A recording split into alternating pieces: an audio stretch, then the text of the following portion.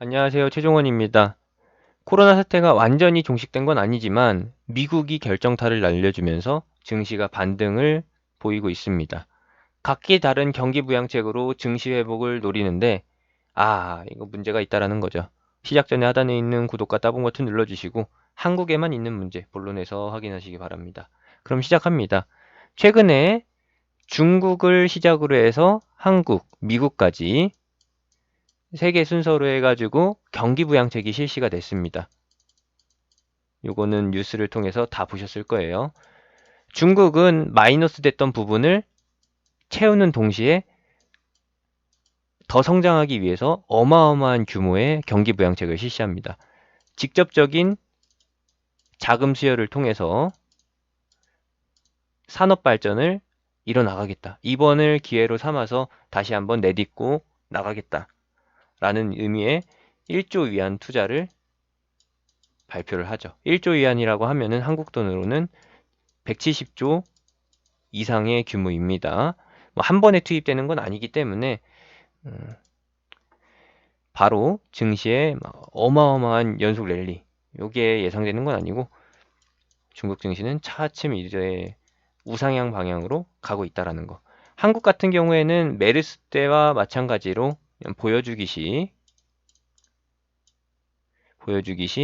추경을 합니다. 추경이라고 해봤자 예산을 조금 늘리는 것이고요. 그리고 코로나 사태로 인해서 자영업자들 다 죽어나가는 상황, 이거를 완전히 타개시켜줄 만한 그러한 직접적인 경기 부양책이 아닙니다. 그냥 간접적인 거예요.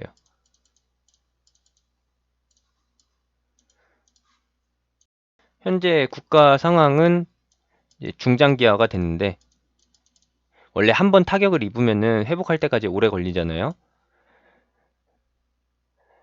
근데 한국 경제에서의 이러한 추경 방식은 단기 하락에만 살짝 연고만 발라주는 역할.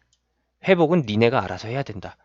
라는 느낌으로 추경을 실시합니다. 그래서 저는 한국의 경기 부양책을 간접적 부양책이라고 표현을 하고 싶어요. 왜? 증시 반등이 바로 나타나야 되는데 그렇지 않잖아요. 그러니까 간접적이라고 말씀드릴 수 있는 거죠. 미국 같은 경우에는 간접적이긴 하지만 한국보다는 더 셉니다. 왜냐하면은 한국은 금리 인하 안 하잖아요. 금리 인하 고려만 하고 추경 살짝만 더 하는 건데 의미가 없죠. 지금 한국 증시는 이 상태니까요. 미국 같은 경우에는 금리 인하를 통해서 어떤 것을 노리느냐? 달러 가치 하락. 달러 가치 하락하면은 미국한테 손해 아니냐라고 할 수 있는데 달러 가치가 하락하면은 다른 의미가 없습니다. 그냥 미국산 제품의 가격 경쟁력이 높아진다라는 거예요. 이거 모순 아닌가요? 라고 하실 수 있는데 쉽게 설명을 해드리면은 만약에 지금 현재 1달러에 1200원이잖아요. 1달러가 1200원인데 요거를 비교를 해보면은 만약에 달러 가치가 하락을 해서 이미 하락을 했죠. 하락을 해서 1100원대에 가게 되면은 어떻게 되나요? 100원짜리 12개 살 수 있었던 게 11개로 바뀝니다. 1달러로 한국산 제품을 살 수 있는 게 이렇게 바뀌어요. 하지만 한국 돈 12,000원으로 10개 살 수 있었던 게 11,000원으로 10개 살 수 있는 상황이 바뀝니다. 미국산 마스크 12,000원 주고 10개 샀어야 되는데 11,000원 주고 10개 살 수 있게 되는 상황이라는 거예요. 그럼 어떻게 되나요? 금리 인하 효과가 우리한테는 이득이죠? 소비자 입장에서 이득이라는 겁니다. 그러면 어떻게 돼요? 한국산 제품 아니죠. 중국산 10개들이 제품하고 미국산 10개들이 제품이 있는데 금리 인하하고 나서 중국산 제품이 더 비싸졌어요. 그럼 어떻게 해요? 미국산 사죠. 이 효과를 노리기 위해서 계속해서 트럼프가 금리 인하를 장기적으로 진행하려는 겁니다. 누적되고 누적되는 거예요. 누적되고 누적될수록 미국산 제품의 가격 경쟁력이 높아지니까. 중국이 원래 이러한 포지션을 취했었습니다. 애초에 중국은 노동력을 바탕으로 해서, 그냥 노동력이 아니죠. 저렴한 노동력. 저렴한 노동력을 바탕으로 해서 제품의 가격을 후려쳤었는데, 이제 베트남이나 아니면 필리핀 같은 후, 후발주자들에게서 똑같은 방식의 마케팅 방법이 나오니까, 영업 전략이 나오니까, 아, 이거 안 되겠다 싶어가지고 뭘 건드느냐? 뭘 건드려요? 위안화, 환율 조작하잖아요. 시장 경제에 맡기지 않고 중앙정부가 위안화 가치를 일부러 하향시키니까 어떻게 돼요? 가격 경쟁력이 더 좋아지죠.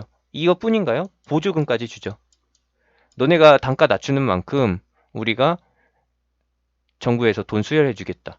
그러면은 수출적으로는 단가가 낮아지니까 사람들이 많이 사게 되는 거고, 뭐 영업 판매자 입장에서야 그 손실 나는 부분, 마이너스 찍히는 부분 정부에서 자금으로 수혈해 주니까 뭐 싸게 팔든 비싸게 팔든 제값 받는 거니까 뭐 차이가 없죠. 그러면은 중국만 좋은 거고 나머지 국가들, 똑같이 공산품 생산하는 국가들한테는 손해라는 겁니다. 그래서 이게 마음에 안 들어서 미국이 계속해서 중국한테 위안화 조작하지 마라, 압박을 넣는 거고, 아, 이게 어느 정도 안 먹히다 보니까 그럼 우리도 똑같이 할래 하면서 달러 가치를 낮추는 거예요. 그러니까 금값이 올라가죠. 원래는 달러가 이렇게 미국이 인위적으로 금리 인하를 하면서 달러 가치의 변동성을 안 줬었단 말이죠. 언제까지? 트럼프 이전까지는. 근데 트럼프가 들어오게 되면서 트럼프가 금리를 상업적으로 이용하다 보니까 안전자산으로서의 가치가 좀 떨어지고, 원래 3대장이었던 금, 엔화, 달러 중에서 이제 금과 엔화만 안전자산으로서의 가치를 이어간다라는 겁니다. 명맥을 이어간다라는 것이죠. 그래서 이제 달러랑 금은 반대로 가는 거예요. 달러 가치가 떨어지게 되면은 금 시세가 올라가게 되는 거고, 달러 시세가 올라가게 되면은 금 가치가 떨어지게 되는 그런 상황. 이제 만약에 금리 인상을 실시한다라고 하면은 트럼프 정권에서는 절대 그럴 일이 없겠지만 미국이 다시 한번 금리 인상을 실시한다라고 하면은 금 가치는 어느 정도 안정세를 띌 겁니다. 막 하락세로 전환하는 건 아니에요. 안전자산으로서의 명예 회복을 하는 과정이 금리 인상인데 그럴 가능성은 낮다. 좀 부연 설명이 길었는데요. 트럼프가 이러한 정책을 통해서 증시 회복을 노리고 있다라는 겁니다. 한국과는 차이가 크죠. 한국 역시도 금리 인하를 실시하게 되면은 미국이나 중국과 같은 효과를 누려볼 수 있지 않겠느냐라고 하실 텐데, 한국은 그렇지 않죠. 한국은 금리가 낮춰진다라는 거는 대출 이자가 낮춰진다라는 거예요. 대출 이자가 큰 폭으로 낮춰지게 되면은 누가 이득을 볼까요? 소액 대출이 이득을 볼까요? 아니면은 주택담보대출이 이득을 볼까요? 주담대 같은 경우가 이득을 보게 되는 거죠. 그럼 어떻게 해요? 부동산 빚내서 살려고 하는 거죠. 갭 투자라고 하죠. 그럼 부동산 가격만 계속 오른다라는 겁니다. 그래서 한국은행이 금리를 함부로 못 낮추는 거예요. 왜? 빈익빈 부익부가 더 커지게 되는 게 금리 카드니까, 금리 인하 카드니까. 증시도 똑같이 반응을 합니다. 최근에 나왔었던 게 이거예요. 이번에 3월 3일에 금리 인하를 발표하게 되면서 7월달, 10월달 같은 작년에 나왔었던 고런 패턴이 또 나온다라는 거죠. 7월달과 10월달에 금리 인하를 실시했습니다. 그 전에 미국 경제를 흔들 만한 이슈가 있어서 나스닥 지수가 하락을 했었고요. 결국에는 금리 인하 카드를 쓰면서 증시가 반등을 하게 됩니다. 요거예요, 요거. 금리 인하는 주사예요, 주사. 처방전, 처방주사. 시간이 흐르면은 자연적으로 회복될 거를 인위적으로 빨리 회복시킨다라는 겁니다. 절대 불법적인 것도 아니고 미국 입장에서는 나쁜 게 아니죠. 한국도 똑같은 시기에 하긴 했습니다. 7월과 10월에.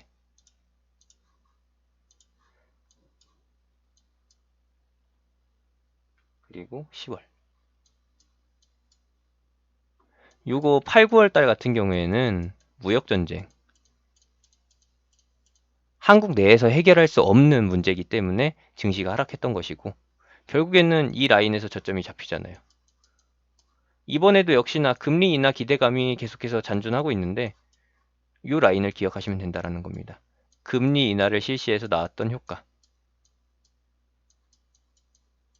물론 중간중간에 계속해서 미국과 중국 이슈가 국내 증시를 흔들겠지만 이번에 한국은행이 금리 인하를 실시한다라고 하면은 이 자리에서 완전히 굳혀지게 되는 거죠. 2050포인트.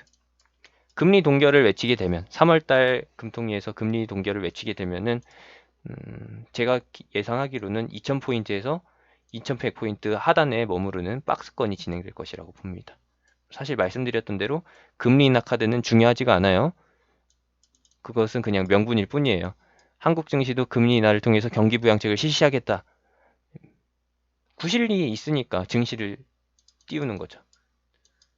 근데 사실 아무 연관성이 없다라는 거. 미국 같은 경우에는 가능하지만 한국 같은 경우에는 효과를 누리기가 어렵다라는 거.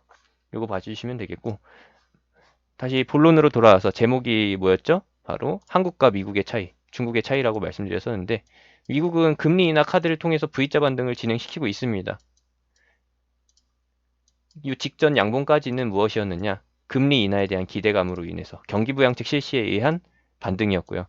이거는 말 그대로 재료 소멸이죠. 기대감이 종료가 됐기 때문에 차익 실현 또는 실망 매물 이런 명분으로 해서 하락을 시킨 거다. 결국에는 N자 형태의 방식, 지그재그 형태의 반등 패턴으로 진행이 된다. 나중에 돌이켜서 보게 되면 어떻게 되느냐? 이때처럼 N자형으로 가는 거예요.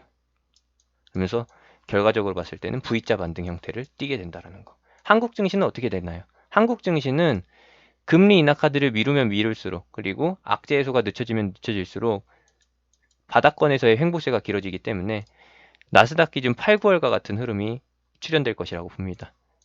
바닥권 다지기 후 돌파 시도, 다시 한번 재차 바닥권 확인, 그리고 악재 소멸과 함께 정상 회복. 요게 2200포인트죠. 코스피 기준으로 해서. 여기서 이제 삼성전자의 모멘텀이 살아나게 된다라고 하면은 삼성전자의 상승과 함께, 삼성전자의 7만원, 8만원 돌파와 함께 시장 상승이 진행이 된다라고 하면은 코스피는 다시 한번 2400까지도 갑니다. 근데 올해 이게 가능할지 모르겠어요. 올해 후반에 또 하나의 악재가 준비되어 있기 때문에 이렇게 차이가 난다라는 거예요. 경기 부양책을 직접적으로 실시할 수 있는 국가는 V자 반등 형태, 그렇지 않고 외세 압박에 눌리는 한국 같은 증시는 박스권 형태. 요 가격. 여기서 계속 박스권으로 진행되다가 돌파 흐름이 나올 것이라는 거. 뭐 중간중간에 2100포인트를 근접하는 슈팅도 나오게 될 것인데 여기서 이거 보고서 와 이거 더 간다 2200포인트까지 더 간다라고 생각하지 마시고 박스권이다라는 거 확인해 주시면서 매매를 하시면 되겠습니다. 코로나 이슈가 아직 해소가 안 됐습니다. 언제든지 시장 하락 명분으로 사용할 수 있는 게 코로나에 의한 경기 침체 우려예요. 그러니까 시장은, 한국 증시는 박스권을 유지할 수 있는 좋은 구실이 생겼다는 거죠. 누구 입장에서? 외인과 기관 입장에서. 분명히 이러한 위치에서 2100포인트에 근접할 때 2090포인트에 근접하거나 2090포인트를 넘어서 2100포인트에 도달했을 때 항상 공매도가 뒤따를 겁니다. 요 부분 주의하시면서 진행해 주시면 되겠습니다. 그럼 개별주는 어떻게 되나요? 하실 텐데 이게 전날에 올라갔다가 다음날에 바로 박스권 하단까지 꺼지고, 그리고 다음날에 다시 한번 박스권 상단까지 돌파했다가 그 다음날에 바로 꺼지는 조울증 같은 변동성은 안 나타난다라는 거죠. 적어도 하락에서 하루 이틀, 고점 구간에서 2, 3일, 또 하락에서 2, 3일, 고점 구간에서 일주일 이상 이런 식으로 해서 진행이 된다는 거예요. 박스권이. 그러면 어떻게 되나요? 바닥권에서의 지수 침체, 그리고 이전 구간에서 상승했던 테마주들의 시세 꺾임, 그리고 다시 한번 올라섰을 때에는 다른 테마의 순환이 나온다라는 거. 근데 초반 부분, 박스권 초기 부분에서는 그동안 하락했었던 종목들, 2월달, 3월달에 하락했었던 종목들, 1월 말에서부터 3월까지 하락했었던 종목들의 자연적 반등, 이것이 선제적으로 진행되는 시장이고요. 여기서 일정 부분은 다 나와줘야 된다라고 봅니다. 그렇지 않은 종목들은 환승할 필요가 있다라는 거죠. 어떤 종목으로? 아싸리 시장 주도주, 아니 시장 주도주라고 하면 대형주로 환승을 해서 안정적으로 회복을 노리시거나 아니면은 구형 테마는 버리고서 박스권 저점에서 올해 하반기에 예상되는 기대되는 테마 쪽으로 옮겨가시는 게 훨씬 더 나은 전략이라고 생각이 됩니다. 이렇게까지 봐주시면 되겠고요. 한 가지 확실하게 말씀드릴 수 있는 거는 여러분들이 보유하고 물려 계셨던 종목은 다 회복을 합니다. 근데 한정적이에요. 제한적이라는 거죠. 작년 연말에서 올해 초에 물렸던 종목들이 3분의 2 이상, 3분의 2 가까이 회복해 준다라는 것이고, 그 이전에 물렸었던 종목은 여러분들의 손실 2분의 1도 회복해 줄지 모른다라는 거. 특히나 지난 하락장에서의 해지 테마로 부각했었던 종목들은 이번에도 안 올라옵니다. 그런 부분들 염두하시면서 매매를 진행해 주시면 되겠고, 특히나 코로나 이슈가 계속 진행될 거긴 하지만 기존 코로나 관련 대장주들이 또 어마어마한 시세를 보이는 그런 기간이 아니기 때문에 이런 부분들 주의를 하시면 되겠습니다. 참고해 주시고요. 이러한 시황은 매일매일 해서 톡방에서 무료로 공유를 해드리고 있습니다. 하단에 있는 링크, 댓글에 있는 링크, 영상 끝나고 나오는 아이콘 클릭해서 제가 운영하는 톡방으로 들어오시면 되고요. 별도로 여러분들이 체크하셔야 할 시장적인 부분, 그리고 종목적인 포인트, 그런 것들은 제가 다음 영상을 통해서 공유해 드리도록 하겠습니다.